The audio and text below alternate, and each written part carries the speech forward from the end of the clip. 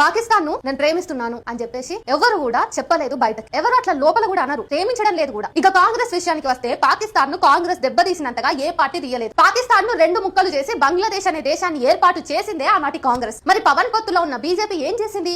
జిన్నా అంత గొప్ప వ్యక్తి లేడు అని అద్వానికి తాబిచ్చాడు. పార్లమెంటు దాడి నిందితులను నేటికి పట్టుకోలేదు. విమానం హైజాక్ చేసి కాందహార్ పట్టుకుపోయేదాకా చూస్తూ కూర్చుని మసూద్ అజహర్ లాంటి ఉగ్రవాదిని విడిచిపెట్టింది. ఉరి అటాక్స్ పాకిస్తాన్ చేసిందని ఆరోపిస్తూ ఐఎస్ఐ ఇండియాలో అఫీషియల్ గా దర్యాప్తు చేసుకునేందుకు అవకాశం ఇచ్చింది. పుల్వామాలో ఆర్డీఎక్స్ ఎలా వచ్చిందో ఇప్పటికీ తెలియలేకపోయింది. కానీ ఆ అమరుల పేరు మీద ఓట్లు మాత్రం అడిగింది. చివరికి వారిని అమరులు అని గుర్తించలేము అని కోర్టుకు చెప్పింది. మొన్నటికి మొన్న పెహల్గాం కూడా కేంద్ర ప్రభుత్వ ఆధీనంలో ఉండే రక్షణ ఫెయిల్యూర్ వల్లనే జరిగింది. షెడ్యూల్ లో లేకపోయినా శత్రు దేశంలో విమానం దింపి ప్రధాని నవాజ్ షరీఫ్ ఇంట్లో బిర్యానీ తినొచ్చింది రాహుల్ గాంధీ కాదు, వాళ్ళ ముత్తాత నెహ్రూ కూడా కాదు. విరాట్ దేశభక్తుడిగా పవన్ లాంటి అరమెదడు వాళ్ళు వేనోలు పొగిడే నరేంద్ర దామోదర్ దాస్ మోదీ. భారత రక్షణ సలహాదారు అజిత్ దోవల్ కొడుకు శౌర్య దోవల్ పాకిస్తాన్ తో వ్యాపారాలు చేస్తున్నాడు. పొద్దున్నే సనాతనం మాట్లాడే అపోలో ఆసుపత్రి యాజమాన్యం పాకిస్తాన్ లోను ఆసుపత్రిని నడిపిస్తూ బిజినెస్ చేస్తుంది. మా ఊర్లో ఒక మాట ఉన్నది, బహుశా మీ ఊర్లో కూడా ఉండే ఉంటది, పొట్టగొస్తే అక్షరం ముక్కరాదు అని. అది ఈ దేశ చరిత్ర విషయంలో, వర్తమానం విషయంలో పవన్ కళ్యాణ్ కి వర్తిస్తుంది. మా పిల్లలను ఈ దేశంలోనే ఉంచుతాం, అవసరమైతే మేము సరిహద్దులో నిలబడతామని చెప్పగలరా? కాంగ్రెస్ నాయకులు జగ్జీవన్ రామ్, ఇందిరాగాంధీలు ఆ పని చేశారు. ఆ పని వాళ్ళ మీరు చేయగలరా